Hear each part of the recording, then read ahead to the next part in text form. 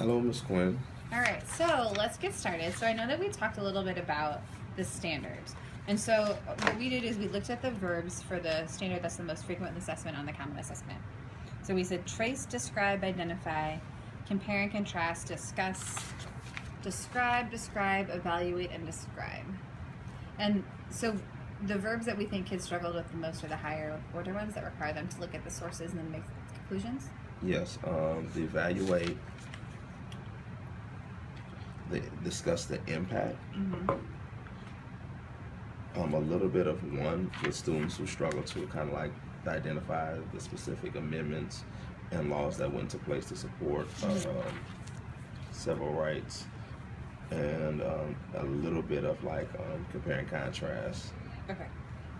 All right, cool. So normally what we would do if we were looking at a teacher-created test is we would spend some time asking ourselves if the questions are aligned and rigorous. But since this is a common assessment and we're talking really about our EOC results, we're going to skip that.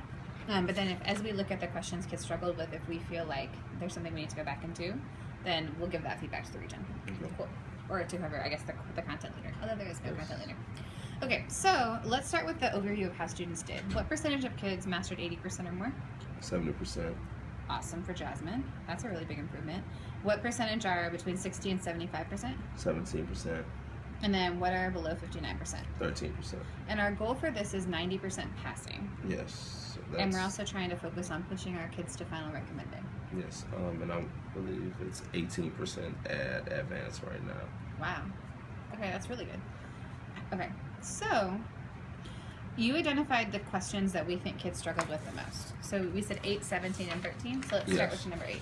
So what's the correct answer? The correct answer is answer choice B.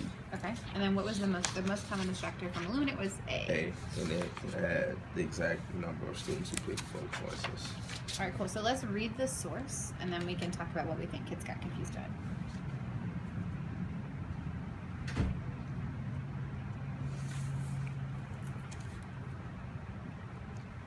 So ERA is the Equal Rights Amendment, right? Mm-hmm. So, okay. So the most common misconception is A, which is the leader of the Civil Rights Movement. Mm-hmm. But if they really would look into it, the question is actually the opposite. Right. So is it that they just didn't read? Or is the misconception like is it within the text itself saying that we are counting on them to vote no? It's two. Putting those two together. A deconstruction problem and content knowledge of making a connection that ERA stands for Equal Rights Amendment. Oh yeah. Okay, so understanding that this is Equal Rights Amendment. I think also, do they know what conservatives wanted in the Civil Rights Movement? I think it's the same thing.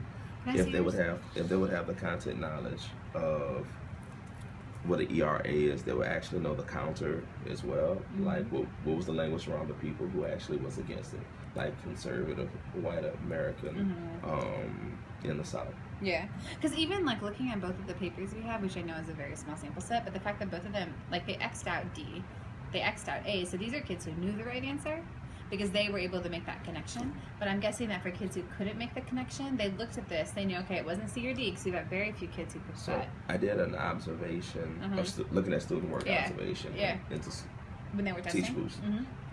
And even students who actually who got over 80%, since there weren't a lot of questions at this higher level, they were able to get mastery, but still didn't miss some of these questions. So like it kind of goes into like that pushing the top tier.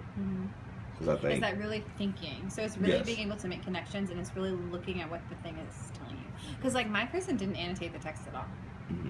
So in order for you to understand what this is saying, you have to use some of your ELA strategies, and you have to annotate the text to say this is the main idea of the text. So there's like some content misconceptions, which are ERA means Equal Rights Amendment, but then there's also like this thinking piece we're saying where kids didn't annotate. Okay, let's go to 13. I would agree with St. Augustine that an unjust law is no law at all.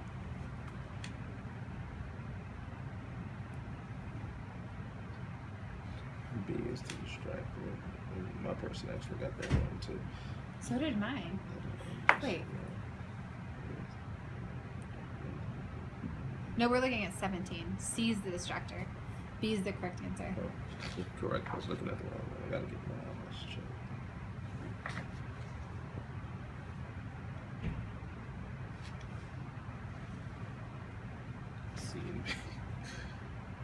Okay, now why is B a better answer than C?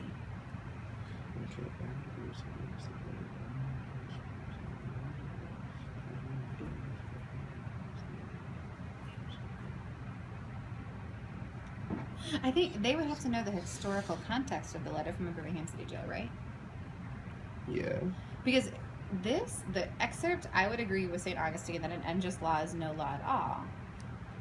If you don't think about the letter in its entirety, Jim Crow laws do make sense, right? Mm-hmm. Or do they? Well, because those are unjust laws. But those weren't. But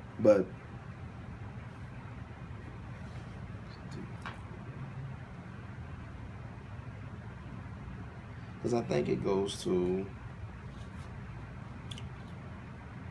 no matter what Dr. King, I think Dr. King always, when you think of civil disobedience, you would think of his approach as being civil disobedience because it wasn't. No, it goes back to the whole reason he wrote this. He wrote it when he was in jail for having Yeah. practiced civil. Yeah, right. Yeah. Okay. So kids have to understand that this letter was written in the context of him being arrested. Yes. And that's what they must have missed. So they just said, "Oh, an unjust law, Jim Crow law." They didn't stop to think. Synthesize actually both documents and making a decision from that. Okay, so for this, kids got word. They didn't step back and evaluate their decision. Okay, cool. So then number 17. But would that come from them actually? Wouldn't the problem be them being able to look at two different pieces of evidence and find And putting it together. Yeah. Because they would just focus on this quote and not this. Yeah. So they would have to say, how do those two things go together? Okay. Okay, cool. 17. And that goes back to like that struggle and standard of compare and contrast. Actually, that's It's not even that. It's like a value. Okay. So then, and this one is a really simple question, 17. The Civil Rights Act of 1968 helped minorities gain greater... This is just a knowledge question. Kids just didn't know it. What's the right answer? D? Yeah, and the distraction was B. I think... The structure was A. No, it was B. Sorry. But you know what it is, because they've been doing Brown versus the Board of Education too. So it's just as bad. This is a knowledge piece, they just have to know. So 2 of the questions are really about thinking, and then the other question is really about, like, just a knowledge piece and just being able to apply knowledge. Okay, so it sounds like what we just talked about. Can I pause? Yeah. What annotations did your person make, or did they make it? Yeah, because I was going to say, it looks like part of what we're saying. So part of it is breaking down questions, which we talked about with both of the first 2. Mm-hmm. Part of it's gap and content, which we agree. So it sounds like we're agreeing with all the analysis, and then annotations. So this is the problem. Mm-hmm. They have employment, like right here. I think when my person got confused, it's like they have employment and education annotated, and they chose with education. And so I think thinking about like why did they choose education, even though they annotated employment for greater. So I think, but just stepping outside of the questions, like to your point about annotations. So in our strongest teachers' classrooms, when kids take tests, we see a consistent approach to annotating. In our weakest teachers, we see what we're seeing here. I mean, I would say like in our teachers who aren't as strong, we see this like inconsistent approach to annotating. So kids aren't breaking down the questions, which means that they aren't like showing their thinking. And these are very high kids. Yeah.